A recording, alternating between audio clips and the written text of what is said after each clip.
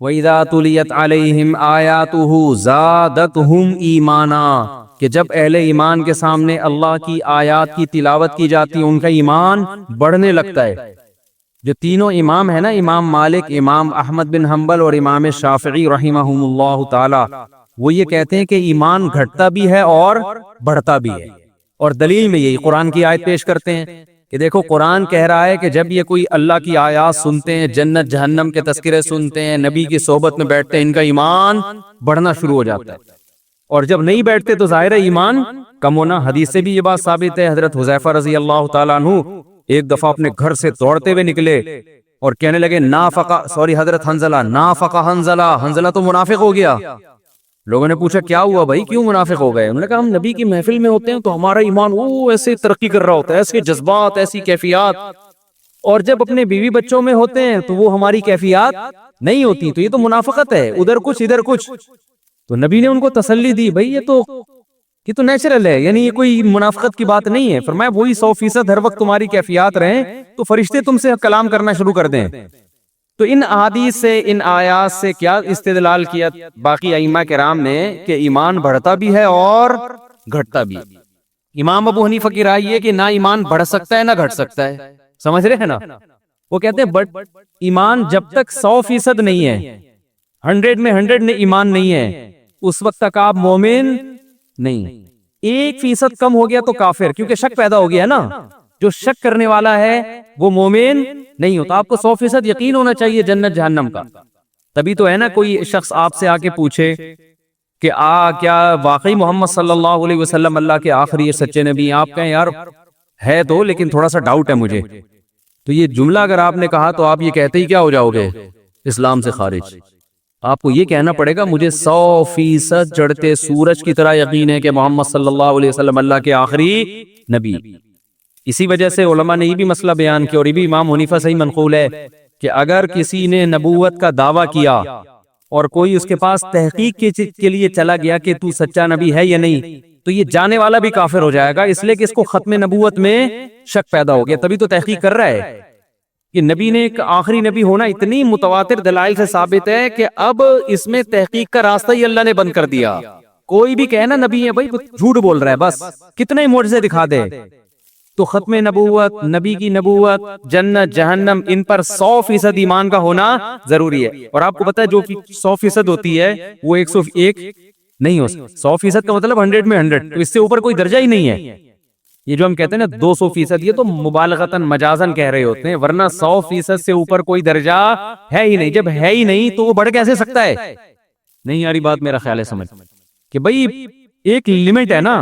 اس لیے ان کی نظر میں صحابہ کا ایمان، تابعین کا ایمان، نبی کا ایمان، عام امتی کا ایمان کوانٹیٹی کے لحاظ سے ایک ہی ہے اس کا۔ یہ سب 100% اللہ پہ یقین رکھتے ہیں، 100%۔ کم ہوگا تو کافر، اور زیادہ کا امکان ہے ہی نہیں، کیونکہ یقین جب 100% ہو گیا تو اب کیا اس میں؟ بھائی مجھے آپ کے بارے میں یقین ہے 100% کہ آپ میرے سامنے بیٹھے ہیں، اب اس میں کوئی اضافہ ہو سکتا ہے کیا؟ نہیں ہو سکتا۔ کوئی قسمیں اٹھا کے کہے، باقی بیٹھے ہوئے کہیں بھائی میں دیکھ رہا ہوں بیٹھے ہوئے، اب آپ قسمیں اٹھانے سے میرا ایمان نہیں بڑھے گا۔ تو وہ کہتے ہیں جو قرآن میں آتا ہے نا زادتہم ایمانا، ایمان والے جب ہماری آیتیں سنتے ہیں تو ان کا ایمان بڑھتا ہے۔ یہاں ایمان کوانٹیٹی کے حساب سے بھی نہیں بلکہ کوالٹی کے حساب سے، کیفیات بڑھتی ہیں۔ کیفیات بڑھنے کو اللہ نے مجازن کس سے تعبیر کیا ہے؟ ایمان بڑھنے سے کیفیات بڑھتی ہیں۔ وہ کیفیات یہی ہیں کہ آپ کو جب کوئی خبر ملتی ہے وہ کیفیات نہیں بنتی، لیکن جب اس خبر کو اپنی آنکھوں سے دیکھتے ہو تو آپ کی کیفیات چینج ہو۔ آپ کو پتا چلا کہ فلاں جگہ پہ ڈاکو نے ایک بندے کو قتل کیا ہے، اور وہ جس کو مارا ہے وہ ایسے تڑپ رہا ہے، پورا منظر کھینچ دے، وہ خوف نہیں پیدا ہوگا، حالانکہ 100% یقین ہے کہ صحیح کہہ رہا ہے۔ لیکن اگر آپ کے سامنے کیا ہو اور آپ اس بندے کو تڑپتا ہوا دیکھ رہے ہو تو پھر آپ کی کیفیات الگ ہوتی ہیں۔ تو صحابہ کہتے ہیں ہم جب پیغمبر کی محفل میں بیٹھتے تھے تو ہمیں ایسا لگتا تھا جنت جہنم کو اپنی آنکھوں سے دیکھ رہے ہیں، الگ کیفیات ہوتی تھی۔ گھر گئے، بیوی بچوں میں مشغول ہو گئے تو وہ کیفیات کیا ہو جاتی تھی؟ چینج۔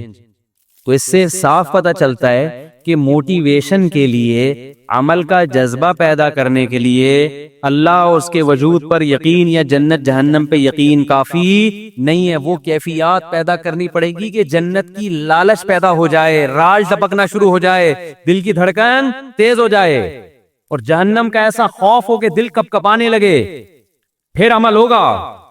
جیسے گلی کے نکڑ پہ کھڑے ہیں، شارٹ کٹ راستہ ہے، لمبے سے گھوم کے جانا بڑا مشکل لگ رہا ہے، ادھر ٹھا ٹھا کی آواز آئی اور اب لمبے والے راستے سے چل کے نہیں بلکہ بھاگ کے جا رہا ہے، ٹھیک ہے نا؟ کیفیات ایسی بن گئی کہ بھائی یہ کیا ہو رہا ہے۔ جو لوگ جاگنگ نہیں کرتے نا، ان کو میں یہی طریقہ بتاتا ہوں، وہ کہتے ہیں یار ہم سے صبح بھاگا نہیں جاتا ہے، چلا نہیں جاتا۔ میں کہتا کتا پیچھے چھوڑ لو 2-3 دن کے لیے، 2-3 دن کے لیے کیا چھوڑ لو، کتے سے آگے بھاگو، کتا پن دکھاؤ کتے کے آگے تھوڑے سا، تو وہ جب خود بخود بھاگو گے تو وہ ایک دم حوصلہ ملے گا، بھاگنا شروع کر دو۔ تو اب یہ کیفیات کیسے پیدا ہوں، سمجھ رہے ہیں؟ ہم جو زیادہ تر بیان کرتے ہیں نظریاتی اصلاح پہ کرتے ہیں، نظریے کی اصلاح پہ کرتا ہوں نا میں کہ بھئی اللہ پہ ایمان، وہ جو آج کل ایتھیسٹ لوگوں نے الٹے پٹانگ اعتراضات کیے ہوئے ہیں، ان کے جواب کافی نہیں ہے، ان کے جواب کے بعد بھی بات نہیں بنتی، وہ یقین ہو جائے گا ہاں بھئی جنت برحق ہے، جہنم برحق ہے، لیکن وہی ہے کہ یار ابھی صبح اٹھنا اتنی ٹینشن، ہو سکتا ہے ہم جنت میں ویسے ہی چلے جائیں، جیسے ہو سکتا ہے گٹر کا ڈھکن کھلا ہوا ہے، ہو سکتا ہے میں نہ گروں، ضروری تھوڑی ہے کہ میں گروں وہیں پہ، کیا خیال ہے میں ٹاپ کے چلا جاؤں گا، گریں گے تو دیکھیں گے۔ بعض لوگ ایسے بھی کہہ رہے ہوتے ہیں، ایک آدمی کو میں نے کہا بھائی آپ پیشاب میں احتیاط نہیں کرتے چیٹوں ان چیزوں سے، یا آپ کو جو ہے نا تو عذاب قبر ہے، اس نے کہا یار قبر آئے گی تو دیکھیں گے یار، ہو سکتا ہے بخش دے اللہ، ابھی دیکھا نہیں ہے نا عذاب قبر، اس لیے کیا کہہ رہے یار ہو سکتا ہے اللہ کوئی نیکی کام آ جائے، اللہ بخش دے، لیکن اگر کوئی عذاب قبر دیکھ لینا تو پھر یہ کیفیات نہیں ہوں گی، پھر تو وہ ایسا ہو جائے گا کہ اس کو خوف کم کرنا پڑے گا اس کا، کہ بھائی اللہ سے امیدیں، تبھی تو دیکھو نبی صلی اللہ علیہ وسلم سے بہت ساری حدیثیں امیدوں کی منقول ہیں، ایسی روایتیں ہیں کہ عام عوام میں ہم ان کو بیان کریں نا تو ڈر لگتا ہے کہ لوگ اس کا غلط مطلب نہ سمجھیں۔ مثال کے طور پر ایک حدیث میں آتا ہے رسول اللہ صلی اللہ علیہ وسلم نے صحابہ سے فرمایا اگر تم سب لوگ گناہ بالکل چھوڑ دو، کبھی کسی سے گناہ ہو ہی نہیں، کوئی غلطی نہیں ہوتی کسی سے، اللہ تمہیں ختم کر دے گا، مار دے گا ایسی قوم کو، اللہ ایسی قوم پیدا کرے گا جس سے گناہ ہو پھر وہ اللہ سے توبہ کرے، اللہ کو توبہ پسند ہے، صحیح حدیث ہے۔ اب اگر صرف آپ اتنی حدیث پبلک کے سامنے بیان کر دیں تو اس سے تو لوگوں کو گناہ پہ جرت ہوگی کہ نہیں ہوگی؟ لوگ کہیں گے یار ہم خام خام میں بچ رہے ہیں، بلا وجہ گناہ کر لیں گے پھر توبہ کر لیں گے، کیونکہ اللہ کو گناہ سے بچنے والے بالکل بھی پسند، کیا خیال ہے؟ اللہ تو کہہ رہا ہے گناہ سے بالکل بچو گے تو میں تو مار کے ختم کر دوں گا، ایسے لوگ مجھے چاہیے۔ بھائی بات یہ کہ یہ جن کو خطاب کیا جا رہا ہے نا، ان کے دلوں میں آگ کا اتنا خوف پیدا ہو گیا تھا، اتنی جہنم کی آگ کا ڈر کہ حضرت عمر رضی اللہ تعالیٰ عنہ کے تو رو رو کے یہاں نالیاں بن گئی تھی اللہ کے خوف سے۔ یہ لوگ آپ کے سامنے بیٹھے تھے، اتنا خوف کا غلبہ تھا حضرت عمر میں، وہ کہتے تھے کہ قیامت کے دن اللہ مجھے جنت نہ دے، بس میرے گناہ معاف کر دے میری نیکیوں کے بدلے، تو بس مجھے یہ بھی قبول ہے، مجھے ڈر ہے کہ میں پکڑا نہ جاؤں کہیں۔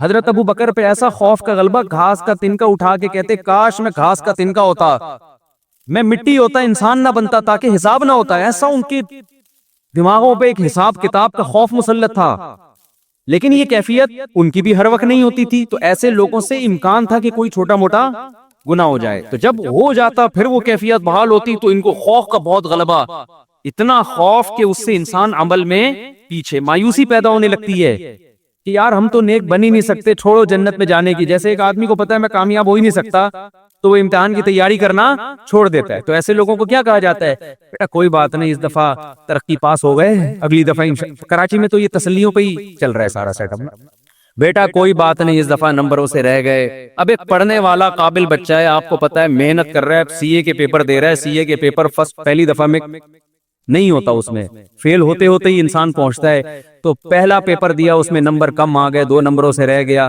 تو باپ عقل مند ہوگا کیا کہے گا؟ کوئی بات نہیں بیٹا، شروع میں نہیں کہے گا کہ بیٹا فیل ہو جانا کوئی بات نہیں، اگلے میں محنت، شروع میں تو کہے گا بیٹا پاس ہونا ہے تم۔ اب دیکھ لیا بیٹا محنت کر رہا ہے پھر بھی فیل ہو گیا، تو باپ عقل مند کیا کہے گا؟ کوئی بات نہیں بیٹا، یہ تو سی اے کا پیپر ہے، اس میں تو پہلی دفعہ اگر کوئی پاس ہو جائے تو ایب نارمل ہونے کی علامت ہے یہ، صحیح ہے نا؟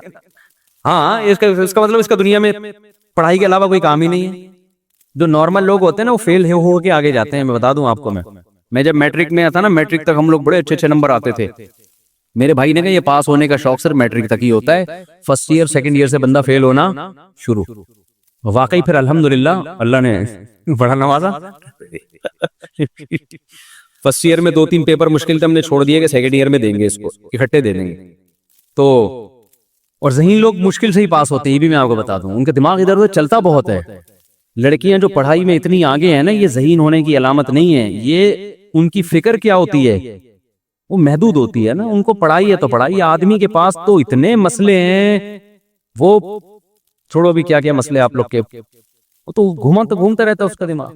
وہ اگر خود پڑھ رہا ہوگا اور کوئی اس کی کلاس فیلو شوق سے پڑھ رہی ہوگی تو اس کو پڑھتی بھی زیادہ اچھی لگ رہی ہوگی کتاب کی نسبت. سبحان اللہ. اصل تو یہ ہے، ٹھیک ہے نا. اس کا دماغ ایک جگہ ٹکتا نہیں ہے، پھر سوچتا ہے، پھر وہ سیاسی حالات اور پھر بہت سارے آدمی کے دماغ میں نا چیزیں بھری ہوئی ہوتی ہیں. پڑھائی میں نمبر لانے والے 2 قسم کے لوگ ہوتے ہیں، یا تو بہت محنتی ذہین یا بہت بے وقوف. یا تو بہت ہی محنتی ہو نا، وہ بھی چلے جاتے ہیں، یا میں نے پڑھائی بہت بے وقوف لوگوں کو دیکھا ہے کہ نمبر اچھے آ رہے ہوتے ہیں رٹے لگا لگا کے. درمیانی طبقہ تو تھوڑا سا اس میں دماغ ہونا، وہ پھر بہت مشکل سے پڑھائی، وہ ٹکتا ہی نہیں ایک جگہ. وہ پھر کبھی وہ بیٹھتا ہے تو کہتا ہے یار ڈاکٹر کی میڈیکل کالج میں پڑھتا ہوں تو ٹھیک ہے، تو تیاری کرتا ہوں. پھر کہتے ہیں میڈیکل کالج جب تھوڑا مشکل لگتا ہے کہ انجینئر بن جاؤ نا، میڈیکل کالج کی کیا ضرورت.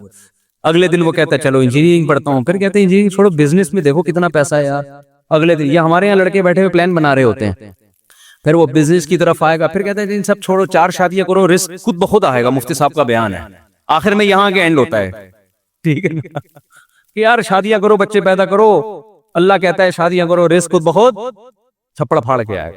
تو یار پھر وہ کسی کام کا رہا ہی نہیں، دماغ اس کا گھومتا ہے. تو میں کیا بات کر رہا تھا، کہاں سے کہاں اتنی باتیں منتشر ہو رہی ہیں. نہیں وہ تو چل رہا تھا، یہ مثالیں یہاں کہاں سے آئیں. میں یہ عرض کر رہا تھا کہ 2 جذبے ہوتے ہیں نا انسان میں جو اس کو موٹیویٹ کرتے ہیں. نہیں یہ مثالیں یہاں کہاں سے آنا شروع ہو گئیں.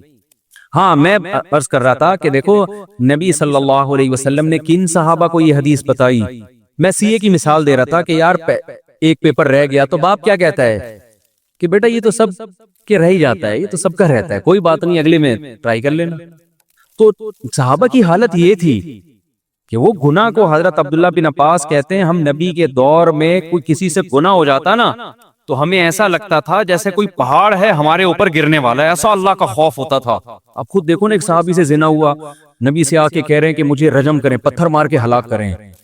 نبی نے ان کو نکال دیا اپنی محفل سے کہ جاؤ، بتا دیا گویا بزبان حال کہ توبہ کرو بس اللہ سے.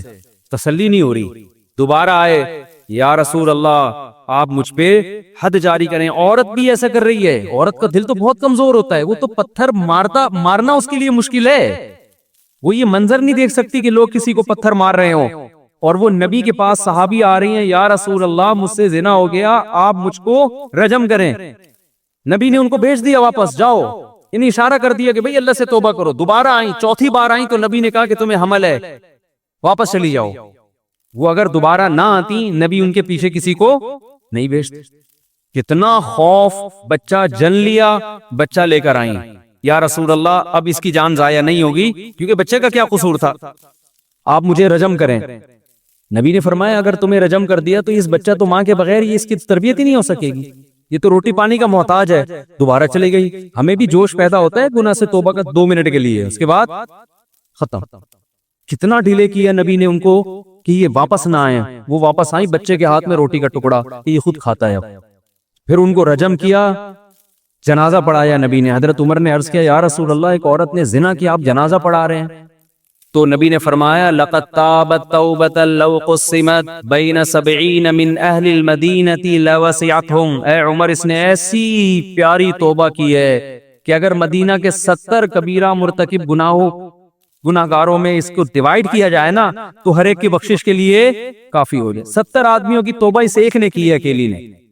تو ایسے خاندانی لوگ تھے، گناہ شیطان نے کرا دیا. ان کو یہ کہا جا رہا ہے، امیدیں دلائی جا رہی ہیں، اتنے مایوس نہ ہو، کوئی بات نہیں، ہو گیا گڑگڑاؤ اللہ کے سامنے. یہ گڑگڑانا بھی اللہ کو پسند ہے، اور اتنا پسند ہے کہ اگر سارے ہی نیک بن جائے نا، ایسے صوفیوں کو اللہ ختم کر دے گا. اللہ کہے گا معافی مانگنے والے کہاں گئے بھائی. تو یہ ان کے بارے میں، ہمارے بارے میں قطعاً نہیں ہے کہ ہم کہیں یار اچھا ہوا ہم بھی گناہ کر رہے ہیں. بھائی ہم تو وہ ہماری کیفیات ہی نہیں بن رہی گناہ کر کے, وہ ہمیں خوف ہی پیدا نہیں ہو رہا. تو میں جلدی سے اصل بات کی طرف آتا ہوں کہ بھائی صرف ایمان کافی نہیں ہے, وہ کیفیات بنانا ضروری ہے. تبھی تو قرآن کہتا ہے اذا تلیت علیہم آیاتہ, ایمان والے وہ ہیں جب ان کے سامنے ہماری آیات تلاوت کی جاتی ہیں, وجلت قلوبہم, ان کے دل دہل جاتے ہیں. وَإِذَا سَمِعُوا مَا أُنزِلَ إِلَى الرَّسُولِ, جب یہ اس کلام کو سنتے ہیں جو رسول پہ نازل ہوا, تَرَىٰ أَعْيُنَهُمْ تَفِيضُ مِنَ الدَّمْ, اے نبی آپ دیکھتے ہیں ان کی آنکھوں سے آنسو بہنا شروع ہو جاتے ہیں. یہ وہ کیفیات تھیں جو صحابہ کی بنتی تھیں. آج ہمارے دل کیا ہو گئے؟ خشک, سخت ہو گئے.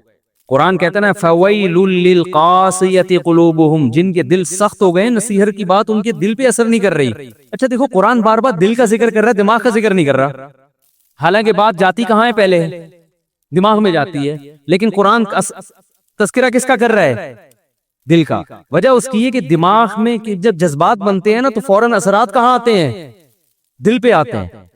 آپ کی بیوی آپ سے کہے نا مجھے آپ سے محبت ہے, آپ کو اگر بیوی سے عشق ہوگا, ایک دم آپ کے دل کی دھڑکن, کوئی اجنبی لڑکی آپ سے اگر کہے کہ مجھے آپ سے بہت محبت ہے, کسی کنوارے چھڑے چھاٹ سے کہے, دل ایک دم کنٹرول سے باہر ہو جائے گا نا, یوں یوں یوں جا رہا ہے, اس کو قابو میں رکھنا مشکل ہو جائے گا, اٹیک نہ ہو جائے, اچھل اچھل کے آئے گا.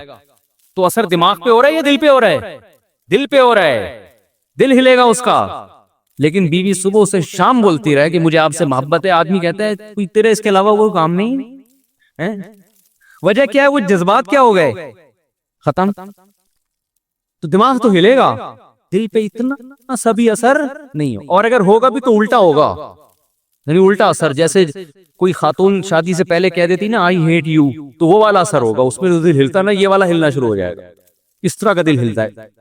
تو ہاں, تو قرآن کیا کہہ رہا ہے؟ قرآن ساری کیفیات کس کی ذکر کر رہا ہے؟ دل کی. وجہ کیا ہے؟ یہ بتانے کے لیے کہ صرف ایمان کافی نہیں ہے, عمل کے لیے کس کا بننا ضروری ہے؟ دل. دل کی دھڑکنیں, دل کی دھڑکنوں میں ایمان پیدا ہو جائے, دل کی دھڑکنوں سے پتا چلے کہ مومن ہے.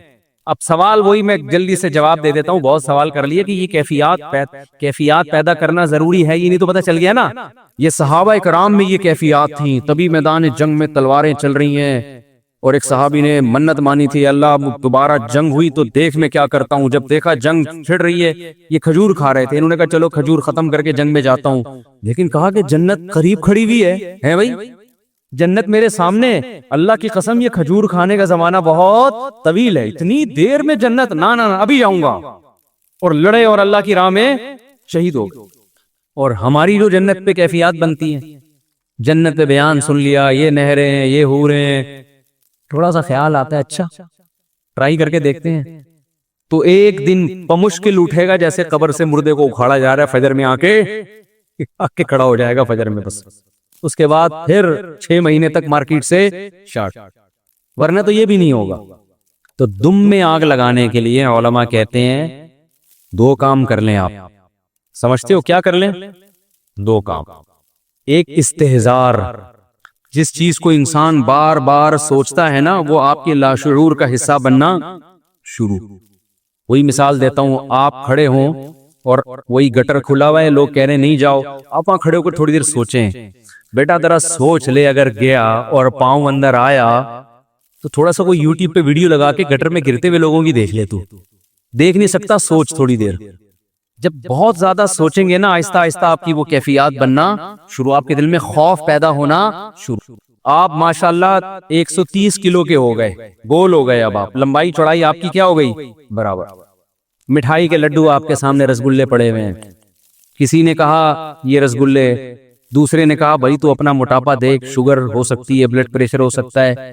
آپ نے کہا بے یار وہ دیکھا جائے گا, ابھی تو کھاؤ. لیکن کھانے سے پہلے استحضار کریں آپ, 2-4 اپنے پرانے دوستوں کو ہسپتالوں میں دیکھیں جا کے, یا تصور کریں یار اس دن فلاں کا انتقال ہوا تھا, ایسے یوں پڑا ہوا تھا ہے بھائی تختے پہ, ایسے ہی ہوگا نا, ایسے تختے پہ پڑا ہوا تھا, اچھا بھلا ہٹا کٹا تھا, اس دن فلاں کو برین ہیمریج ہوا تھا, اب وہ تھا, اب ہے, بولو اس کا جنازہ اتار رہے تھے ہم قبر میں, جب یہ سوچنا شروع کریں گے نا تو وہ لڈو میں آپ کو وہ لڈو زہر لگنا شروع ہو جائیں گے، آپ کو اس میں سانپ کے پھن نظر آئیں گے.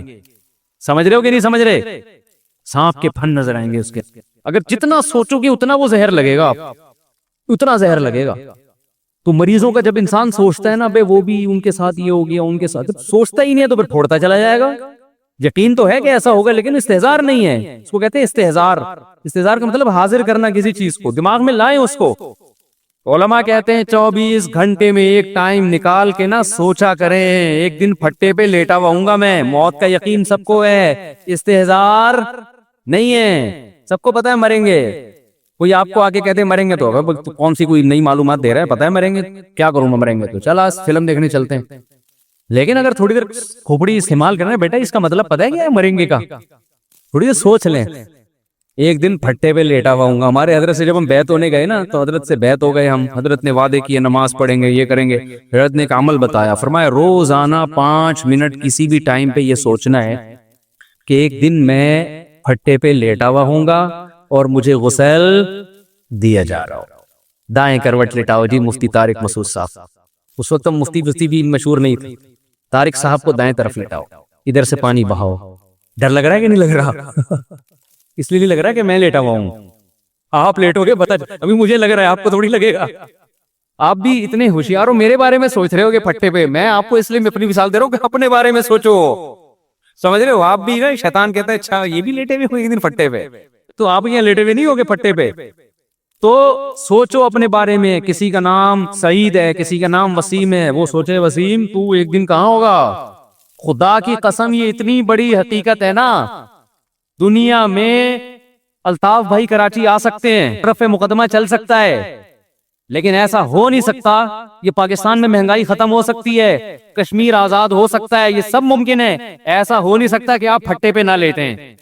سمجھ رہے؟ اور یہ بھی خوش قسمت ہوگی کہ پھٹا ملے گا، ورنہ دھماکے میں اڑ گئے تو پھٹا بھی نہیں ملے گا آپ کو. سمجھ رہے ہو کہ نہیں سمجھ رہے؟ یہاں تو یہ بھی امکان ہوتا ہے کہ پھٹے سے بھی گئے. قبر بھی آج کل چند لوگوں کو ہی مل رہی ہے. تو یہ استہزار جب کرو گے نا روزانہ بیٹھ کر بیٹا، کچھ بھی روزانہ نا سونے سے پہلے میں منع کر رہا ہوں یہ استہزار کا. آج کل لوگوں کے دل کمزور ہیں، وہ پھر پھٹے پہ ہی نہ لیٹے ہیں کہیں جا کے، اتنا مسلط کر لیتے ہیں کہ وہ راحت ان کی. ویسے تو اکابر بزرگ یہ بتاتے تھے سونے سے پہلے یہ مراقبہ کرو. اس کو مراقبہ کہتے ہیں. آج کل جو مراقبہ سینٹر ہے ٹوپی ڈرامے ہیں، یہ مراقبے تھوڑی ہو رہے ہیں، پتہ نہیں نیلی روشنی پیلی گلابی، یہ سب ٹوپی ڈرامہ ہے. مراقبے کا مطلب یہ ہوتا ہے کہ آپ یہ استہزار کرو بیٹا بہت جلد پھٹے پہ تو لیٹنے والا. یہ سارا منظر سوچا کریں کہ پھر میرے کپڑے اتارے جائیں گے، ایک چادر ڈالی جائے گی، ادھر سے جی غسل دے رہے ہیں، ادھر سے لٹا رہے ہیں، یوں کر رہے ہیں، استنجا کرا رہے ہیں، اور میں پڑا ہوا کبے یارو مددگار، کچھ بھی نہیں حرکت ہوگی. وہ امریکہ جانے کے پلان، وہ پراپرٹی، پیریا ٹاؤن میں اتنے پلاٹ اور ایسا بنگلہ اور 4 شادیاں، سب کہاں گئیں؟ کھڈے میں گئی. اور یہ جو میرے پلان تھے سی اے کا 1 سیمسٹر باقی رہ گیا ہے، اس کے بعد نوٹ چھاپیں گے، یا چھاپ لیے تو اب گھر خریدیں گے، یا خرید لیا تب اس میں رہیں گے. کہیں نہ کہیں اسٹاپ پہ بریک لگ کے آدمی کہاں چلا جاتا ہے؟ پھٹے پہ چلا جاتا ہے. بہت سے لوگ تو ہم نے دیکھے پوری زندگی انہوں نے پلان بنایا، ہماری زندگی خواہش ہے اپنا گھر بہت بڑا ہو، لیکن وہ خواہش پوری ہونے کا جب ٹائم آیا تو ان کے پھٹے کا ٹائم آ چکا تھا. مولانا عباد الرحمان صاحب بڑا پیارا بیان کر رہے تھے نا تبلیغ میں، مجھے بڑا مزہ آیا ان کے بیان میں. وہ بیان میں کہہ رہے تھے بیچ کراچی اجتماع میں کہ لوگ تبلیغ میں وقت نہیں لگاتے، کہتے ہیں پہلے سیٹ ہو جائیں پھر ہم تبلیغ میں نکلیں گے. پہلے سیٹ کا مطلب لوگوں کا یہ ہوتا ہے کہ جی اب ہم ابھی یہ کریں گے، کہ ابھی ہم شادی کریں گے، پھر ہمارے بچے ہوں گے، پھر ان کے وہ ایجوکیشن ہے، پھر تعلیم ہے، پھر یہ کیا، پھر یہ کیا. اس کے بعد جناب جب بالکل تمام کاموں سے فارغ ہو گئے، بالکل جب سیٹ ہو گئے نا ہر کام میں، پھر چلہ لگائے. انہوں نے بڑی پیاری مثال دی، کہتے ہیں یہ جو سیٹ ہوتا ہے نا یہ قبر میں جا کے ہوتا ہے، اس سے پہلے کوئی سیٹ، کیونکہ اتنے مسائل ہے، ایک مسئلہ ختم نہیں ہوتا. آپ کیا سمجھتے ہو بچے ہو گئے، پہلا مسئلہ یہاں سے شروع ہوتا ہے بالغ آدمی کا کہ جاب مل جائے. جاب ملتی ہے تو مسئلے ختم تھوڑی ہوتے ہیں، نئے مسئلے شروع. اب یار رشتہ تلاش کرو، پہلے تو جاب ہی نہیں تھی، کوئی دیتا نہیں تھا رشتہ، اب رشتہ مل گیا، اگلا مسئلہ بچہ کیوں نہیں ہو رہا بھائی، اولاد ہو جائے. اب اولاد ہو گئی تو پھر اس کی بیماریاں، اس خسرہ نکل آیا بچے کو، یہ ہوتا ہے کہ نہیں؟ کبھی بچی کو خسرہ، کوئی چکن پاکس، یہ بیماری وہ بیماری. اتنے مسئلے، پھر وہ بچہ بڑا ہوتا ہے، اس کے اسکول کی فیسیں ہوتے ہوتے پھر اس کی شادی، پھر یہ انسان کا بچہ نہیں بن رہا، ٹھیک ہے نا، پیدا ہوا تھا تو انسان کا لگ رہا تھا، ابھی کچھ اور مخلوق لگ رہا ہے حرکتوں سے. تو انہوں نے بتایا کہ یہ سارے مسئلے ہوتے، انہی مسئلوں میں انسان ایک دن پھٹے پہ آتا ہے. غسل کفن کے بعد قبر میں اس کو لٹا کے سیٹ کر رہے ہوتے ہیں، ٹھیک ہے نا، کہ جی یوں کر کے ذرا لٹاؤ قبلے کی طرف. جب لٹا کے پھر اس کا منہ کھول کے کہتے ہیں اب سیٹ ہے، کہتے ہیں کہ نہیں کہتے؟ تو اب جا کے سیٹ ہوا ہے، لیکن اب کسی کام کا ہے نہیں، نہ یہ سیروزے پہ جا سکتا ہے، نہ یہ چلہ لگا. تو انہی مسائل کے اندر ہی سب کچھ کرنا ہے. سمجھ رہے کہ نہیں سمجھ رہے؟ مجھے لوگ کہتے تھے کہ پہلے آپ اپنا گھر بناؤ. جب میں دوسری خواتین نہ بیٹھی ہوئی ہوں، یار کیا کریں، اب مثالوں سے یہی مثال سب سے بہترین ہوتی ہے سمجھانے کے لیے نا. میں جب دوسری کر رہا تھا نا، ذرا آرام سے بولوں، میں جب دوسری کر رہا تھا تو لوگ مجھے کہہ رہے تھے پہلے سیٹ تو ہو جاؤ. کیا ہو جاؤ؟ بلکہ پہلی میں بھی لوگ کہہ رہے تھے پہلے سیٹ تو، ہماری 4000 اس وقت 2000 میں میری تنخواہ تھی، 4000 میں کون کرتا ہے شادی، پہلے سیٹ ہو جاؤ. میرے دوست احباب اب تک سیٹنگ میں لگے ہوئے ہیں، 30 سال ہو گئے شادیاں نہیں کی انہوں نے.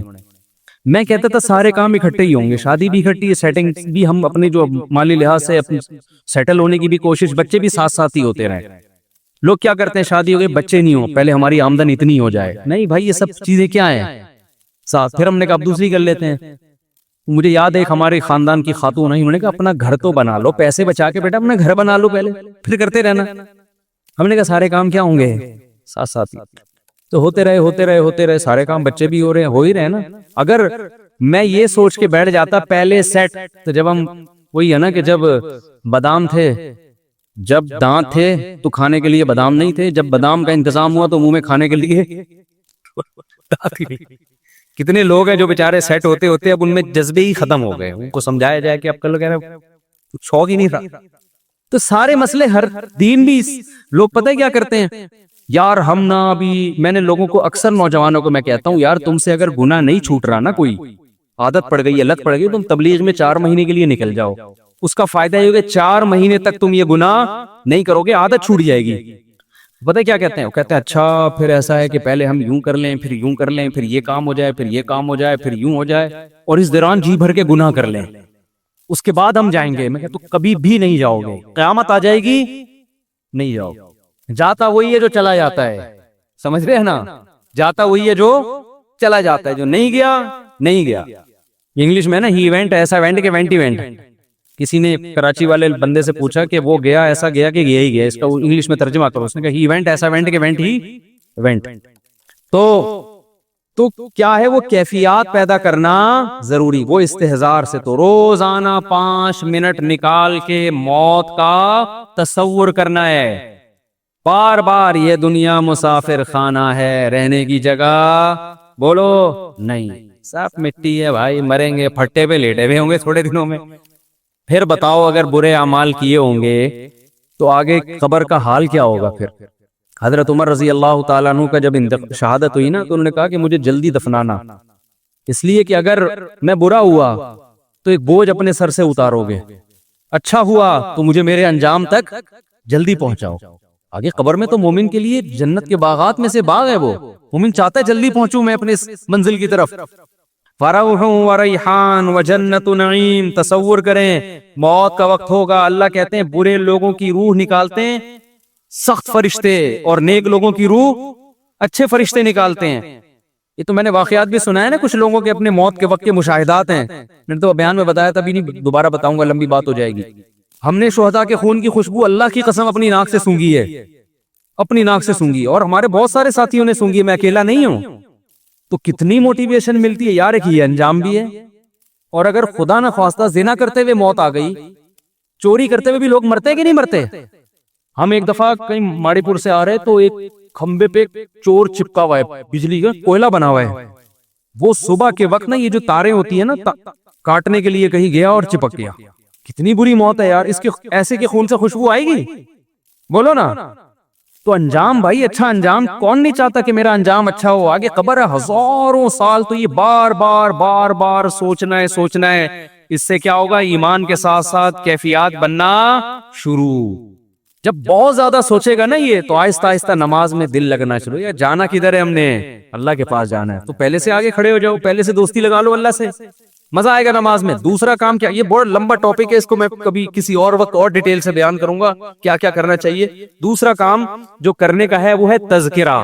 جس چیز کا تذکرہ زیادہ کرتا ہے نا انسان, اس کی کیفیات بننا شروع. آپ ہر وقت لڑکیوں کی باتیں کرنا شروع کرو, آپ ایک نمبر کے ٹھرکی ہو جاؤ گے. حقیقت ہے, آپ کالج میں دیکھ لو, یونیورسٹیوں میں دیکھ لو, لڑکے جو لڑکیوں کی باتیں ہر وقت کرتے رہتے ہیں نا, وہ لڑکیاں وہ دیکھ کیسی لگ رہی ہے, وہ دیکھ کیسی لگ رہی ہے, وہ کیا بن جاتے ہیں بالآخر, وہ ٹھرکی آٹو پہ ہو جاتے ہیں. وہ بڑھاپے میں بھی ویسے کے ویسے ہی رہتے ہیں. حقیقت ہے یہ. اور جو اپنی پڑھائی میں دلچسپی لیتے ہیں, یہ تبصرے زیادہ نہیں کر رہے ہوتے, وہ انسان کے بچے بنے رہتے ہیں. یہ انسان کی عادت ہے, جس چیز کا تذکرہ کرتا ہے تو وہ کیفیات اس کی بننا شروع. تو آپ اللہ کا ذکر زیادہ کرو گے, جنت جہنم کا تذکرہ زیادہ کرو گے, موت کا تذکرہ زیادہ کرو گے. حدیث میں آتا ہے اکثروا من ذکری ہادم اللذات الموت, وہ چیز جو لذتوں کو فنا کرنے والی ہے نا, موت, اس کا تذکرہ زیادہ کرو. حضرت عمر نے جو مہر بنائی تھی نا, اسٹیمپ, انگوٹھی, اس پہ کیا لکھا ہوا تھا, کفا بالموت واعظا, موت نصیحت کے لیے کافی. جہاں بھی اسٹیمپ لگاتے اس پہ یہ لکھا ہوا تھا. حضرت عمر نے اپنی نصیحت کے لیے یہ کیا ہوا تھا. حالانکہ ان کو کیا ضرورت تھی نصیحت کی, بھائی وہ تو اللہ کے خوف سے رو رو کے نالیاں بن گئی. لیکن اپنے آپ کو موٹیویٹ کرنے کے لیے نا, ہر وقت دیکھ عمر ایک دن تو دنیا سے جائے گا. جہاں بھی وہ تو خلیفہ تھے نا, جگہ جگہ تحریریں لکھ کے اسٹیمپ لگانی پڑتی تھی. جب اسٹیمپ لگاتے موت لکھا ہوا تھا سامنے, کفا بالموت واعظا, کفا بالموت واعظا. اور ہم نے آج اپنی زبانوں سے سوچنا تو دور کی بات, موت کا تذکرہ کرنا بھی ختم. جہاں بیٹھو موبائل کی باتیں, جہاں بیٹھو لڑکیوں کی باتیں, جہاں بیٹھو ایکٹروں کی باتیں, فلموں کی باتیں, میچز کی باتیں, سیاست کی باتیں. ابے وہ ایسا ہو گیا, ابے وہ اسٹیبلشمنٹ نے یہ کر دیا, ابے اس نے یہ کر دیا, ابے تبے. سارا دن گھر میں جاؤ تو آلو کباب انڈے پراٹھوں کی باتیں. بیگم کی بات شروع ہوتی, انڈے لینے بھیجا تھا, لائے وہ آپ کو لے کر آ گیا, نہیں لے کر آ گیا, تنخواہ کے. یہی بات, وہ بھی اگر اللہ کے لیے بیگم سے باتیں کرو نا, تو یہ بھی عبادت ہے, اس میں بھی آپ کی کیفیات بنیں گی.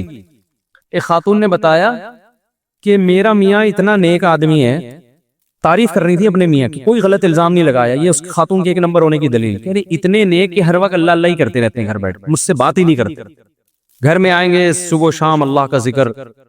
تو میں نے کہا وہ نیک تو ہے, مگر اس کے پاس علم بولو نہیں. اگر اس کے پاس علم ہوتا نا, تو اللہ کو راضی کرنے کے لیے وہ گھر والی کو ٹائم دیتا لازم. کیونکہ ہمارے نبی سے زیادہ کون ذکر اللہ کرے گا. ہمارے نبی حضرت عائشہ کے پاس اپنی ازواج کے پاس بیٹھتے تھے, بات چیت کرتے تھے, ہنسی مذاق کی باتیں کرتے تھے, پرانی کہاوتیں سنا کرتے تھے رسول اللہ صلی اللہ علیہ وسلم.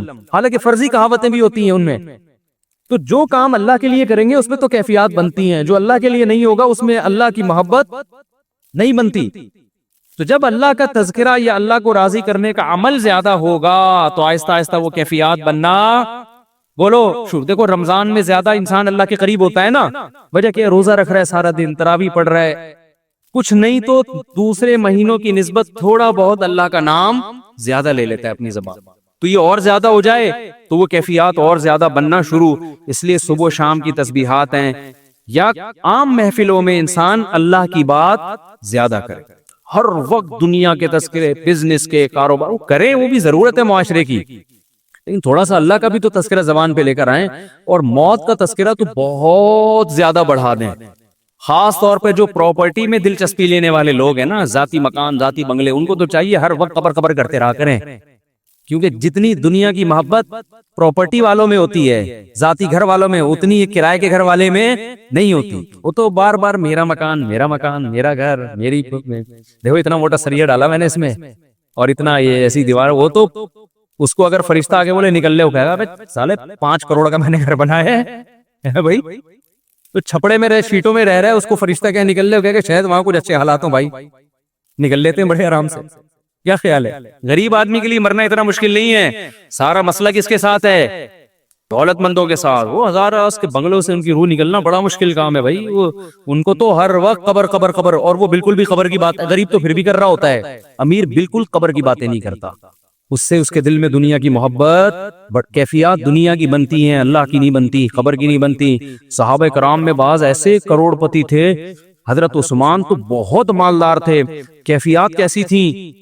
ایک ایک رکعت میں پورا قرآن ختم کیا ہے عبادت میں. حالانکہ آج کسی کے پاس اتنی دولت ہو, اس کا عبادت میں اتنا دل لگے گا ہے بھائی؟ کہے گا یار یہ کر لو, وہ تو یہ گھومتا ہی رہے گا.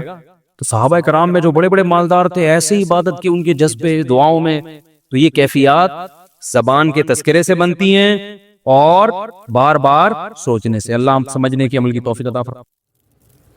اللہ تعالیٰ نے کامیاب ہونے کی 4 شرطیں بیان کی ہیں.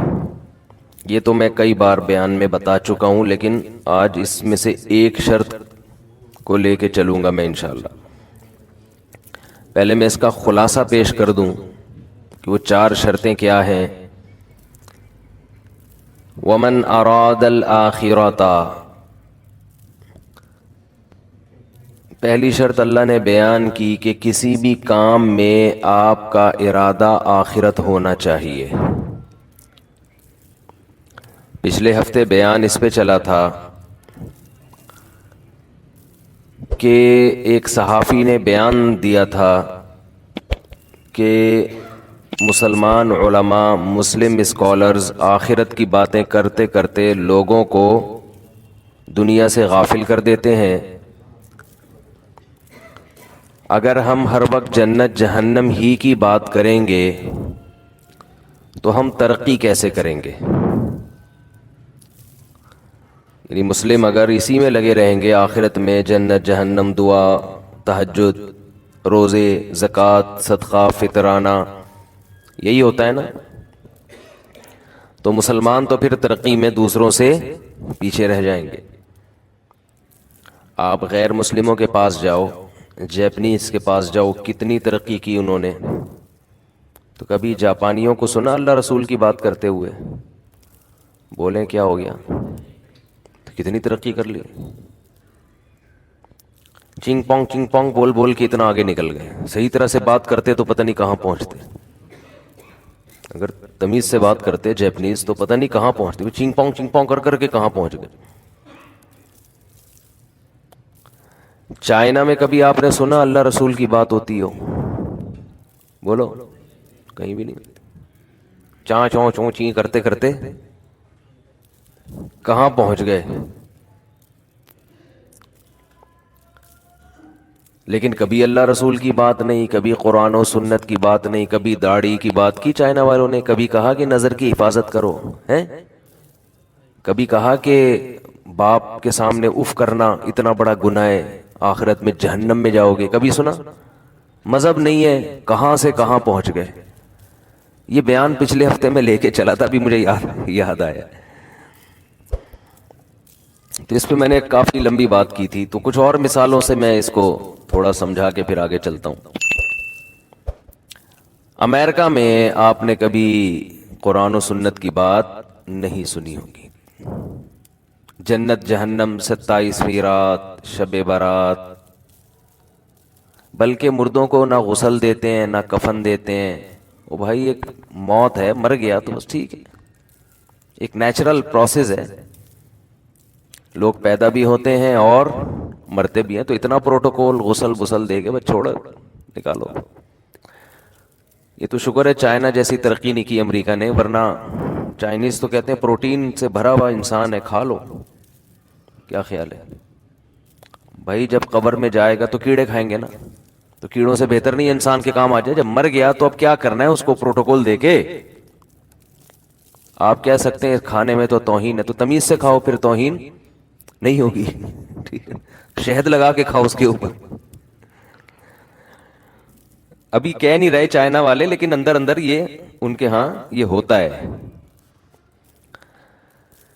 تو ان صحافی نے تو اتنا ڈیٹیل میں نہیں بیان کیا تھا اپنی بات کو جتنی ڈیٹیل میں صحافی کی بات کو بیان کر رہا ہوں. کہ انہوں نے کہا کہ یہ مولانا لوگ جنت جہنم کی باتوں میں لوگوں کو لگایا ہوا ہے، انہوں نے آخرت اور جنت کی حوریں اور شہد کی نہریں. ابے پہلے اس دنیا کو تو ٹھیک کرو.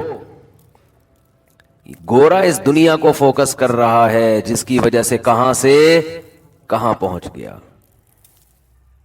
اور مسلمان فوکس کر رہا ہے مولویوں کی باتوں میں آ کے آخرت کو، جس کی وجہ سے اس دنیا میں سب سے پیچھے رہ گیا. اس پر میں نے ظاہر ہے وہ پچھلے بیان سے لنک کرنا پڑے گا نا آگے چلانے کے لیے، تو وہ خلاصہ پچھلے بیان کا بیان کروں گا تو آگے سمجھ میں آئے گا نا. تو اس پہ میں نے ایک دلیل دی تھی کہ اگر اسلام یا جنت جہنم کی وجہ سے ہم ترقی میں پیچھے ہوتے تو جب اسلام دنیا میں آیا تھا اور اسلام دنیا میں غالب ہوا تھا تو اس وقت پھر اتنی ترقی مسلمانوں نے کیوں کی؟ اس وقت تو یہ غیر مسلم سارے ہمارے محتاج تھے. کیا خیال ہے بھائی؟ اگر اسلام کے مزاج میں یہ چیز ہوتی کہ وہ آپ کو آخرت میں لگا کے دنیا سے غافل کر رہا ہے، آپ کو جنت جہنم میں ڈال کے دنیا سے بالکل ایسے بنا رہا ہے کہ کچھ بھی نہیں ہے، یہ اس کی کوئی حیثیت نہیں ہے،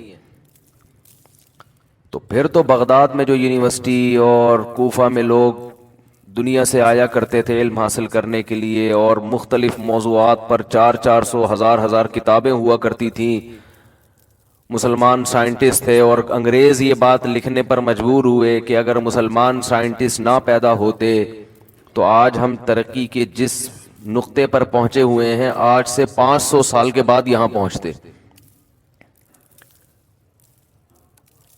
اور مسلمان دنیا کی سپر پاور نہ بنتے. یہ کوئی زیادہ پرانی بات نہیں ہے، آپ 200-250 سال پیچھے جاؤ تو دنیا میں سپر پاور کون تھا؟ مسلم تھے. اتنی بڑی خلافت، اتنی بڑی ریاست،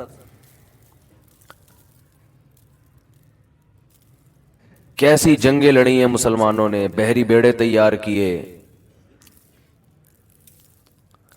تو یہ تو ہم سے ہی لیا گیا ہے سب کچھ. تو جب ہم مذہب پہ تھے، آپ بتاؤ کہ مذہب پہ پہلے زیادہ تھے یا اب ہیں؟ بولو نا. پہلے جتنا آپ ماضی میں جاؤ گے آپ کو مسلمانوں میں مذہب زیادہ نظر آئے گا. معذرت کے ساتھ آپ کو شاید 150-200 سال پہلے روئے زمین پر کوئی ایک مسلمان ایسا نہ ملے جو داڑھی کاٹتا ہو، شاید. واقعات نقل ہوتے ہیں تاریخ میں کہ ایک بچے نے ایک انگریز کو دیکھا، رو پڑا. کیوں رویا بھائی؟ کہہ رہے بغیر داڑھی والا آدمی پہلی دفعہ دیکھا اس نے. ایسے واقعات ہیں. نمازی تقریباً 100% تھے. نماز چھوڑنا تو بڑا جرم سمجھا جاتا تھا، کفر سمجھا جاتا تھا. ہم اپنے بڑوں سے سنتے تھے کہ جو نماز نہیں پڑھتا تھا امام صاحب اس کا جنازہ نہیں پڑھاتے تھے. ایسے ایسے واقعات ہوتے تھے. تو مذہب کے تو پہلے بہت زیادہ، زنا اتنا نہیں تھا جتنا اب ہے. نکاح جلدی ہوا کرتا تھا، نسلیں خوب بڑھا کرتی تھیں. یہ 2 بچوں والا فلسفہ یہ تو اب آیا، پہلے تو کوئی جانتا نہیں تھا اس کو. 13 سال میں لڑکی کی شادی ہوتی تھی، بچوں کی فوج تیار ہوتی تھی. 90 سال 99 سال میں جا کے ان کی نانیاں، دادیاں، پر نانیاں، پر دادیاں بن کے موت ہوتی تھی. حج پیدل ہوا کرتا تھا، لوگ جاتے تھے حج میں پیدل اور بحری جہازوں سے، اور بہت ٹف ٹائم تھا. مذہب پہ بہت زیادہ تھے لیکن سپر پاور تھے. دنیا پہ انہوں نے حکمرانی کی ہے. تو اگر مذہب کی وجہ سے آپ ترقی سے پیچھے رہتے تو جب مذہبی تھے تو اس وقت تو بالکل بھی ترقی نہیں ہونی چاہیے تھی. آپ کو پتا ہے دنیا میں سپر پاور بننے کے لیے کیا بس صرف دھماکے کیے ہوں گے مسلمانوں نے؟ ایسا ہی ہو گیا ہوگا؟ یہ ایسا تھوڑی ہوتا ہے.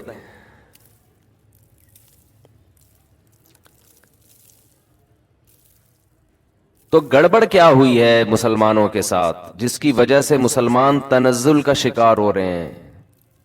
اس کی وجہ یہ نہیں ہے کہ جنت جہنم میں الجھے رہتے ہیں تو دنیا کی فکر ہی انہوں نے چھوڑ دی. اس کی وجہ یہ 2 وجوہات ہیں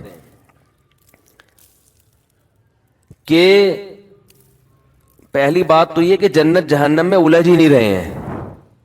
سمجھتے ہیں نا؟ یہ جنت جہنم میں موٹیویشن تو انسان کو جنت سے ملتی ہے. جتنی موٹیویشن جنت سے ملتی ہے اتنی تو گورا اپنی ورک شاپ میں نہیں کروا سکتا، یہ موٹیویشن پیدا نہیں کر سکتا. بڑا مسئلہ مسلمانوں کے ساتھ جو اس وقت چل رہا ہے مارکیٹ میں وہ یہ ہے کہ مذہب کی جو اصل تعلیمات تھیں ان کے بارے میں مسلمانوں کے نظریات صاف، بولو بھائی، نہیں ہے. یہ بڑا فالٹ پیدا ہو گیا ہے. آپ دیکھ لینا موسمی مذہب چلتا ہے ہمارے یہاں. اسلام پر عمل ہمیں کرنا ہے 1 محرم سے 30 ذی الحجہ تک، 1 جنوری سے 31 دسمبر تک. لیکن آج کل جو مارکیٹ میں اسلام چل رہا ہے وہ کون سا چل رہا ہے؟ موسمی. محرم میں الگ ٹائپ کا اسلام نظر آئے گا آپ کو, سفر میں الگ ٹائپ کا اسلام نظر آئے گا, ربیع الاول میں الگ ٹائپ کا اسلام نظر آئے گا آپ کو. رسومات ہیں جن پہ لیبل کیا لگایا جا رہا ہے, بولو نا, اسلام. ہم نے بڑے بڑے حضرات سے سنا ہے کہ جب مسلمان قرآن کی تعلیمات سے دور ہوں گے نا, قرآن جو سادہ تعلیمات ہیں قرآن کی, دیکھو تعلیمات کی بھی دو قسمیں ہوتی ہیں, میں آپ کو ایک مثال سے سمجھاتا ہوں. کسی بھی چیز میں جب آپ ایک سیدھی سادی بات سے ہٹ کے پیچیدگی کی طرف جاؤ گے تو اللہ آپ کو پیچیدگیوں میں دھکیلتا چلا جائے گا, ڈالتا چلا جائے گا. سادہ چیزوں کو چھوڑ کر کس میں گھسا جا رہا ہے, پیچیدگیوں میں. میں اس کی ایک سادہ سی مثال سمجھاتا ہوں آپ کو. آپ کو کھانسی ہے یا آپ کو نزلہ ہے یا آپ کو بخار ہے, آپ کو بخار ہے, آپ کا حل سیدھا سیدھا 2 گولی پیناڈول میں ہے, ٹھیک ہے نا. ایک موسمی بخار آیا, نزلہ زکام کھانسی ہوا, ڈاکٹر نے چیک کیا, ڈاکٹر نے کہا یار نارمل سب کو ہو رہا ہے, اس کو بھی کیا ہے, وہی لے بھائی 2 گولی کھا اور سو جا. لیکن آپ تھے بہت بڑے فنٹر, آپ کیا تھے, آپ کو تحقیق کا بہت شوق تھا. آپ کو شوق کس کا تھا, تحقیق کا. آپ نے کہا نہیں جی میں پہلے رپورٹ, ڈاکٹر صاحب پہلے تو مجھے آغا خان سے ٹیسٹ کرواؤ میرا, مجھے ہے کیا. اور ڈاکٹر کہہ رہا ہے بھائی تو اکیلا تھوڑی ہے محلے میں, یہ بخار پھیلا ہوا ہے, جب بھی سردی شروع ہوتی ہے کھانسی نزلے زکام, یہ قومی نشان ہے ہمارا, یہ تو چلتا ہے, یہ تجھے بھی ہو گیا. علامات ڈاکٹر نے پوچھ لی کہ بھائی بہت سردی تو نہیں لگ رہی, ایک دم جیسے ملیریا والا علامات تو نہیں ہے. ہاں بھائی نہیں, آنکھیں چیک کر لی, تھوڑا سا نفس چیک کر لی, تھوڑا سا کوئی اتنا بڑا گلا بھی دیکھ لیا, پھٹپھاٹ ہے, کوئی اتنا بڑا مسئلہ نہیں ہے, نارمل جیسے سب کو ہوتا ہے. آپ تھے بہت بڑے فنٹر, آپ نے کہا نہیں, سارے دنیا سے ٹیسٹ کروا لیے, ساری رپورٹیں آپ کے گردے پھیپھڑے کلیجے سب باہر آ گئے آپ کے نا, یہ ہے بھائی, کچھ بھی نہیں ہے. تحقیق کا شوق ہے نا آپ. پھر آپ نے کہا یہ جو آپ مجھے پیناڈول دے رہے ہو اس کی بھی رپورٹ چاہیے مجھے, اس میں ہے کیا, پیناڈول میں ہے کیا, یہ 2, اچھا پہلے اس کا فارمولا چاہیے مجھے, اس میں یہ ہے. پھر ایک ایک کو نیٹ پہ جا کے آپ کیا کر رہے ہیں, سرچ کر رہے ہیں کہ پیناڈول کے اجزائے ترکیبی کیا ہیں, اجزائے ترکیبی کیا ہیں. اس کے بعد آپ نے پیناڈول کے بارے میں گوگل پہ سرچ کیا. پہلے تو یہ کہ اوتھینٹک ویب سائٹ ہے بھی یا نہیں ہے جو پیناڈول کے بارے میں تحقیق پیش کر رہی ہے. پوری رپورٹ پیش کر کے آپ نے ایک اتنی موٹی پریزنٹیشن تیار کر لی کہ اب میں پیناڈول پہ لوگوں کو بریفنگ دے سکتا ہوں. بات آ رہی ہے سمجھ میں؟ ابھی نہیں آئے گی, ابھی جب میں بات کروں گا نا پھر انشاءاللہ سمجھ میں آئے گی جو ہو کیا رہا ہے ہمارے ساتھ. آپ نے پوری پریزنٹیشن تیار کر کے پیناڈول پہ ایسی ریسرچ کے ہٹو بچو ہو گیا, اور پھر اس کے سائیڈ ایفیکٹ بھی. اب ان سائیڈ ایفیکٹ کو دیکھ دیکھ کے آپ باولے ہوتے جا رہے ہیں کہ یار پیناڈول کا تو ایک فار ایگزامپل ایک سائیڈ ایفیکٹ یہ ہے کہ اس سے پیٹ بھی خراب ہو سکتا ہے. اب آپ نے پھر گوگل پہ گئے کہ وہ تمام دوائیں جن سے پیٹ خراب ہو سکتا ہے, تو پیٹ کی خرابی کے سائیڈ ایفیکٹ کیا ہیں, ٹھیک ہے. آپ چلے گئے جی گوگل پہ پیٹ خراب کے نقصانات, تو بھی پیٹ تو ام الامراض ہے, معدہ خراب ہونے سے ہی تو ساری بیماریاں پیدا ہوتی ہیں. آپ نے کہا قبلہ حکیم صاحب کی ریسرچ ہے کہ پیٹ جب خراب ہوتا ہے تو اس سے یہ تو اس کے سائیڈ ایفیکٹ پر آپ نے 6 کتابیں لکھنی پیناڈول کے, اور اس کے فائدوں پر آپ نے 8 کتابیں. آپ نے کہا جب تک پوری تحقیق نہیں ہو جائے گی میں 2 گولی نہیں کھاؤں گا. پھر اب اس پہ تحقیق کی یہ 1 کے بجائے 2 کیوں, اگر میں 1.5 کھا لوں یا 1.25 کھا لوں, ہوتے ہوتے آپ پیناڈول کے بہت بڑے فنٹر بن گئے. کیا بن گئے آپ سے بڑا پیناڈول کے بارے میں کوئی فنٹر پاکستان میں کم از کم اب کوئی ہے نہیں. اب آپ کیا کریں گے, آپ نے جتنے بھی مریض ہیں نا بخار کے, ان کو بولا ڈاکٹروں کے پاس جانے کی بالکل ضرورت نہیں, کوئی بھی کسی کو کوئی مسئلہ ہونا میرے پاس آؤ. آپ نے ایک ورک شاپ سجائی, بھئی جو بخار فیور کے مریض ہیں پوری رپورٹ کہ اگر بلڈ میں یہ جراثیم آیا یہ جراثیم آیا تو پھر یہ والا نہیں, یہ جو میں آج پریزنٹیشن پیش کر رہا ہوں یہ ان لوگوں کے بارے میں جن کا بخار اس ٹائپ کا ہو, ٹھیک ہے نا. اور پھر ان کو پیناڈول کھانے میں یہ نقصانات ہیں، یہ فائدے ہیں، یہ نقصانات ہیں، تو اس کا ازالہ یہ، اس سے لوگ کہیں گے یار بندے کے پاس نالج کیا ہے، ہٹو بچوں. لیکن خدا کی قسم قوم کا بیڑا غرق ہونے کے علاوہ کچھ بھی حاصل نہیں ہوگا. ایک لا یعنی کام میں جس کا پریکٹیکل لائف سے کوئی تعلق نہیں ہے، اس میں لوگوں کی صلاحیتیں برباد، اور جتنی پیچیدگیوں میں جاؤ گے رائے کا اختلاف بھی بڑھتا چلا جائے گا. پھر کچھ دنوں کے بعد پیناڈول کے نام پہ 32 فرقے وجود میں آ جائیں گے. ٹھیک ہے نا؟ آپ کی ریسرچ کچھ اور ہوگی، اس سالے پیراڈول والے کی ریسرچ، کیونکہ معاشرے میں اگر 10-15 اس ٹائپ کے محققین پیدا ہو گئے، 10-15 اور محققین پیدا ہو گئے، تو پیراڈول کے نام پہ کتنے فرقے وجود میں آ جائیں گے؟ 32. کیونکہ ہر آدمی کی اپنی ریسرچ ہوگی، اور گوگل بھی تو بعض دفعہ پھینکنا بھی شروع کر دیتا ہے گوگل. تو لوگ اتنے کنفیوز ہوں گے یار یہ ہے کیا، کھانی چاہیے کہ نہیں کھانی چاہیے. سمجھ میں آ رہی ہے بات کہ نہیں آ رہی؟ تو کوئی بھی عقل مند آدمی ایسے موقع پہ ہوگا تو کیا کہے گا؟ بھائی تو اپنی صلاحیتیں کسی مفید کام میں خرچ کرنا. آج آپ کو کربلا پہ رپورٹ پیش کرنے والے بڑے بڑے محققین مل جائیں گے، یزید کے بارے میں رپورٹ پیش کرنے والے ایسے مناظر ملیں گے کہ آپ کہو گے یار ان کی لگتا ہے کہ 25 سال انہوں نے یزید کو اسٹڈی کیا ہے، انہوں نے یزید تھا کیا. 38 سال ان کے کربلا کی کتابیں پڑھتے ہوئے گزرے، 32 سال انہوں نے ربیع الاول کے بارے میں تحقیقات کی ہیں، اور 18 سال رفع الیدین پر. سمجھ رہے؟ ایک ایک چیز یاد کی ہوئی ہے، سند اور اس کی بحثیں، اور پھر فلانے مسئلے پر، پھر آمین کے مسئلے پر، اور پھر فلاں. اتنے بڑے بڑے آپ کو اس امت میں محقق ملیں گے. اللہ کا بڑا شکر ادا کرتا ہوں اللہ نے ہمیں ایسا محقق نہیں بنایا.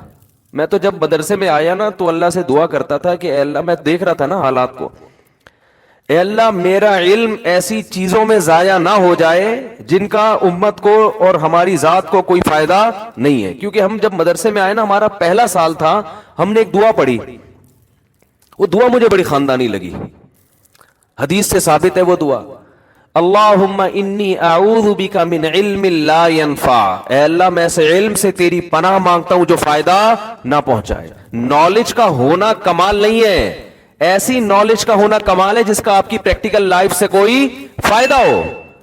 کہتا بڑا نالجیبل آدمی ہے، تو کیا کرے گا نالجیبل آدمی ہے تو؟ اب ایک آدمی نے پیناڈول پہ 6 کتابیں پڑھ لی اور لکھ لی 18. اب چھوڑ دے یار، ڈاکٹروں کا کام ہے، وہ انہوں نے پڑھ پڑھا کے فارغ ہو چکے ہیں، تو کچھ اور کام کر لیتا. میں سمجھا پا رہا ہوں اپنی بات؟ جو عالمی ادارے بنے ہوئے ہیں یہ ان کا کام ہے، ان کو کرنے دو نا تحقیق. تم تمیز سے جاؤ، ڈاکٹر نے 2 گولی دی، کھا کے سو جاؤ، صبح اٹھو گے فریش ہو کے جاؤ دفتر، جا کے کام کرو. کوئی ایک صاحب نے مجھے کہا کہ پیناڈول کے سائیڈ ایفیکٹ اتنے ہیں 10 سال تک رہتے ہیں باڈی میں. میں ان کی بات سے، حالانکہ وہ ڈاکٹر تھے، میں ذرا بھی متاثر نہیں ہوا. میں نے کہا ہمیں بھائی اگر اللہ نے کرے بخار ہو ہم تو یہی کھائیں گے. 5 سال تک سائیڈ ایفیکٹ ہو، کتنے سال تک؟ اب میں بیٹھ جاتا، میں نے کہا بھائی اتنے بڑے ڈاکٹر نے ایک بات کہی ہے، اس میں کچھ تو ہوگا. 10 سال تک کون، 5 سال بولا یا 10 سال بولا، کون سائیڈ ایفیکٹ 10 سال تک برداشت کرتا ہے؟ تو اب میں اگر اللہ نہ کرے بہت زیادہ بے وقوف ہوتا تو میں کیا کرتا، میں جا کے اس کی تحقیقات شروع کر دیتا.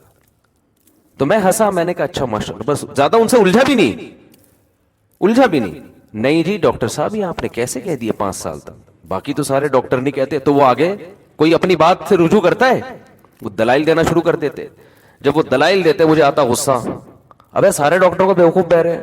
میں پھر جا کے ڈاکٹروں سے پوچھتا، ڈاکٹر کہتے ہیں پاگل آدمی ہے یہ، ڈاکٹر کیا ہے؟ پاگل ہے. پھر میں اس ڈاکٹر سے کے پاس جا کے پوچھتا کہ آپ واقعی پاگل ہیں؟ یہ ہو رہا ہے مارکیٹ میں نا، مذہب کے ساتھ یہ ہو رہا ہے، مذہب کے علاوہ کسی اور چیز کے ساتھ نہیں ہو رہا، مذہب کے ساتھ یہی کھلواڑ بنا ہوا ہے مذہب. کہ ڈاکٹر صاحب، سارے ڈاکٹروں سے میں نے پوچھا وہ سب کہہ رہے ہیں کہ یہ ڈاکٹر پاگل ہے. تو کوئی مانتا ہے اپنے آپ کو پاگل؟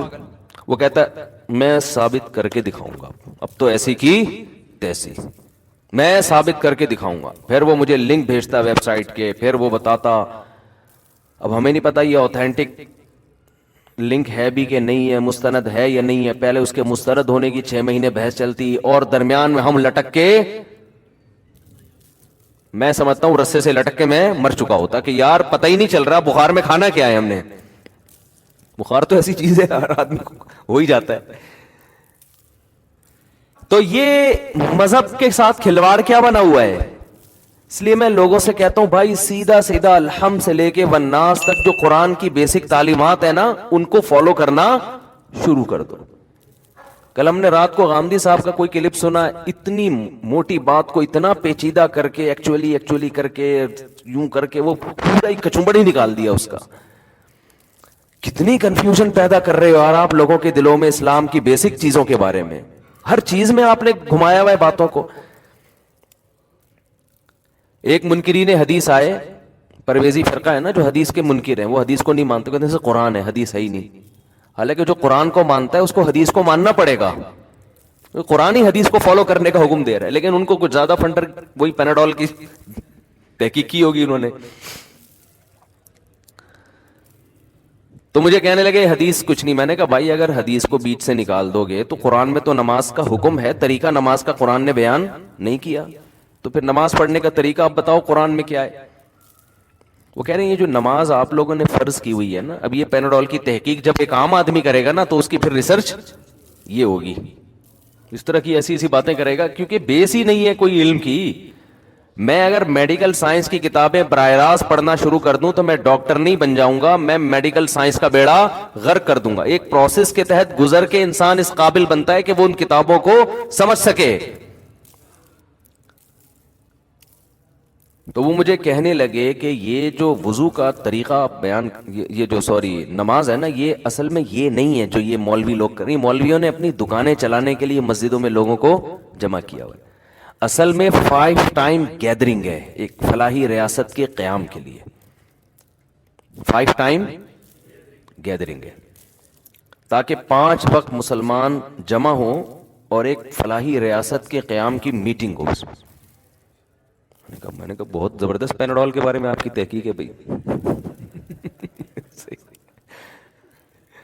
تو میں نے کہا اچھا یہ 5 ٹائم اگر کہہ رہے حج ہے ایک سالانہ اجلاس اور نماز ہے ایک, یعنی جو محلے کی سطح پہ جو کانفرنس ہوگی نا 5 ٹائم, جس میں سب ڈسکشن کریں گے, بیمار پرسی اور یہ سب چیزیں, تاکہ ایک فلاحی ریاست وجود میں آئے.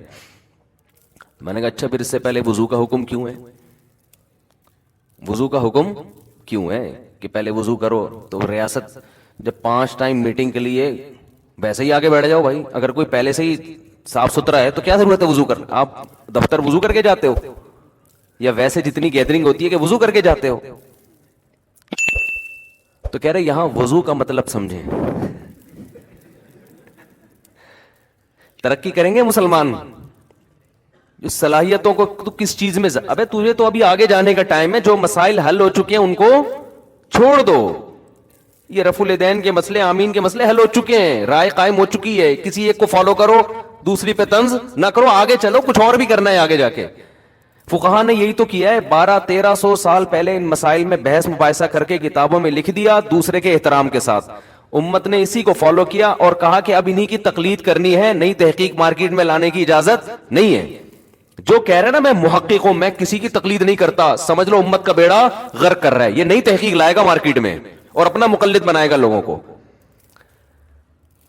کچھ باتیں نعرے بڑے خوبصورت ہوتے ہیں لیکن ان کا انجام بہت خطرناک ہوتا ہے. تحقیق ہو چکی ہے تو یہ اندھی تقلید تھوڑی ہے. کسی تحقیق شدہ بات کو فالو کرنا جو پہلے ہو چکی ہے ریسرچ, اس کو فالو کرنا یہ اندھی تقلید تھوڑی ہے. یہ تو وہ تقلید ہے جس کا قرآن و سنت نے حکم دیا ہے. اندھی تقلید تو وہ ہوتی ہے جو یہود وہ جو مشرکین اپنے باپ دادا کی کیا کرتے تھے, جن کی کوئی ریسرچ نہیں تھی, بیامی بتوں کی پوجا کرنا انہوں نے شروع کر دی. اس تقلید کو لگایا جا رہا ہے کس پر, مجتہدین کی تقلید پر. تو وہ مجھے کہنے, میں نے کہا اچھا یہ جو آپ نے کہا ارشاد فرمایا کہ یہ جو کیا نام ہے وضو کر کے, میں نے کہا وضو کا پھر کیا مطلب. کہہ رہے ہیں اصل میں ایکچولی وضو کا مطلب ہوتا ہے کہ اپنے آپ کو اس میٹنگ سے پہلے, وضو کا مطلب دھونا ہے نا, تو اپنے آپ کو باطنی امراض سے پاک کر کے اس میٹنگ میں شرکت کرنا، یعنی آپ نیٹ کلین، اندرونی اعتبار سے نیٹ کلین ہو جائیں آپ، تاکہ اس میٹنگ میں آپ قوم کے مفاد اور محلے کے مفاد میں سوچیں، آپ اپنے ذاتی مفاد کو سامنے نہ رکھیں. اور جس بندے نے مجھ سے یہ بحث کی نا، اس کے ساتھ 2 عربی دان بھی تھے جن کے لباس ارموں جیسے اور عربی فرفر بول رہے تھے، وہ اتنے پڑھے لکھے. پھینکنے پر تحقیق ہو رہی ہے نا، تو یعنی یہ پڑھے لکھے کی بات کر رہا ہوں جس کی کھوپڑی نہیں چل رہی. اور اس نے ان 2 لڑکوں کو بیوقوف بنایا جو عربی فرفر جانتے تھے، مدرسے سے فارغ تھے. وہ میں حیران ہو رہا تھا، یار تم دینی مدرسے سے پڑھ کے بھی تمہارا یہ حال ہے. لیکن وہی ہے کہ کھوپڑی، علم سب ایک جیسا حاصل کرتے ہیں، کھوپڑی سب کو اللہ ایک جیسے ہی نہیں دیتا. علم جو ہے نا سب کے پاس ایک جیسا ہی ہوتا ہے. ڈاکٹر سب ایک ہی علم حاصل کر کے بنتے ہیں، لیکن کوئی ماہر بن جاتا ہے، کوئی وہی ڈاکٹر کہہ رہا ہے پیناڈول کے 10 سال نقصانات ہیں، علم تو اس نے بھی وہی حاصل کیا ہے، اوپر کی کھوپڑی تھوڑی سی مسئلہ ہے اس کے ساتھ. 10 سال تک تو بھائی زہر کھانے کے سائیڈ افیکٹ میرے خیال میں نہیں ہوتے. یا تو مر جائے گا یا زندہ رہ جائے گا. زہر کے تو شاید ہو سکتے ہو زخم ہو جاتا ہو، لیکن اگر 10 سال تک کسی چیز کے سائیڈ افیکٹ میری کھوپڑی یہ کہتی ہے تو پھر پوری تا حیات ہوں گے وہ، اس لیے کہ اس نے ایسا باڈی کو ڈیمیج کیا کہ اب وہ ٹھیک ہی نہیں ہو سکتی. تو یا تو ہوں گے تھوڑے دن تک یا موت تک، ورنہ نہیں ہوں گے پھر اتنے. تو تھوڑے بہت تو ہر دوا کے سائیڈ افیکٹ ہوتے ہیں. خیر یہ ڈاکٹروں کی فیلڈ ہے، میرا بھی پتا چلا، ہم بھی پیناڈول پہ ایک ریسرچ لے کر آ رہے ہیں اگلے ہفتے. تو نا تمیز سے نا، جیسے نارمل سب لوگ چل رہے ہو ایسے چلا کرو. دیکھو کلچر کے خلاف شریعت آپ کو نہیں کہتی ہے کہ چلو، کلچر کے خلاف جب چلو جب کلچر کے 100% غلط ہونے پر دلیل قائم ہو چکی ہو. جب تک کلچر کے خلاف 100% دلائل ثابت نہ ہو تو پھر کلچر کو فالو کرنے میں کوئی حرج نہیں ہے.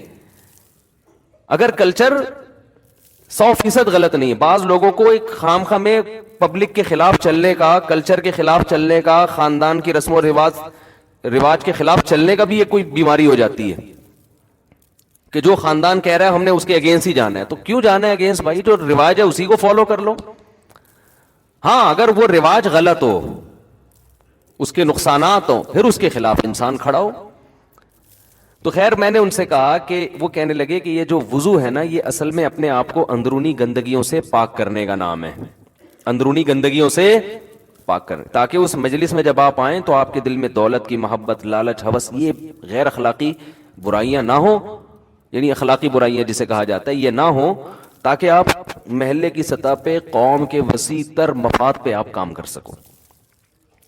میں نے کہا اچھا بھائی، میں نے کہا اچھا مجھے یہ بتاؤ، پھر یہ جو قرآن کہہ رہا ہے فَاغْسِلُوا وُجُوهَكُمْ وَأَيْدِيَكُمْ إِلَى الْمَرَافِقِ، ہاتھ اپنے دھو کوہنیوں تک ہیں بھائی، پاؤں دھو ٹخنوں تک. تو اپنے آپ کو کیا کوہنیوں تک اخلاقی برائیوں سے پاک کرنا ہے؟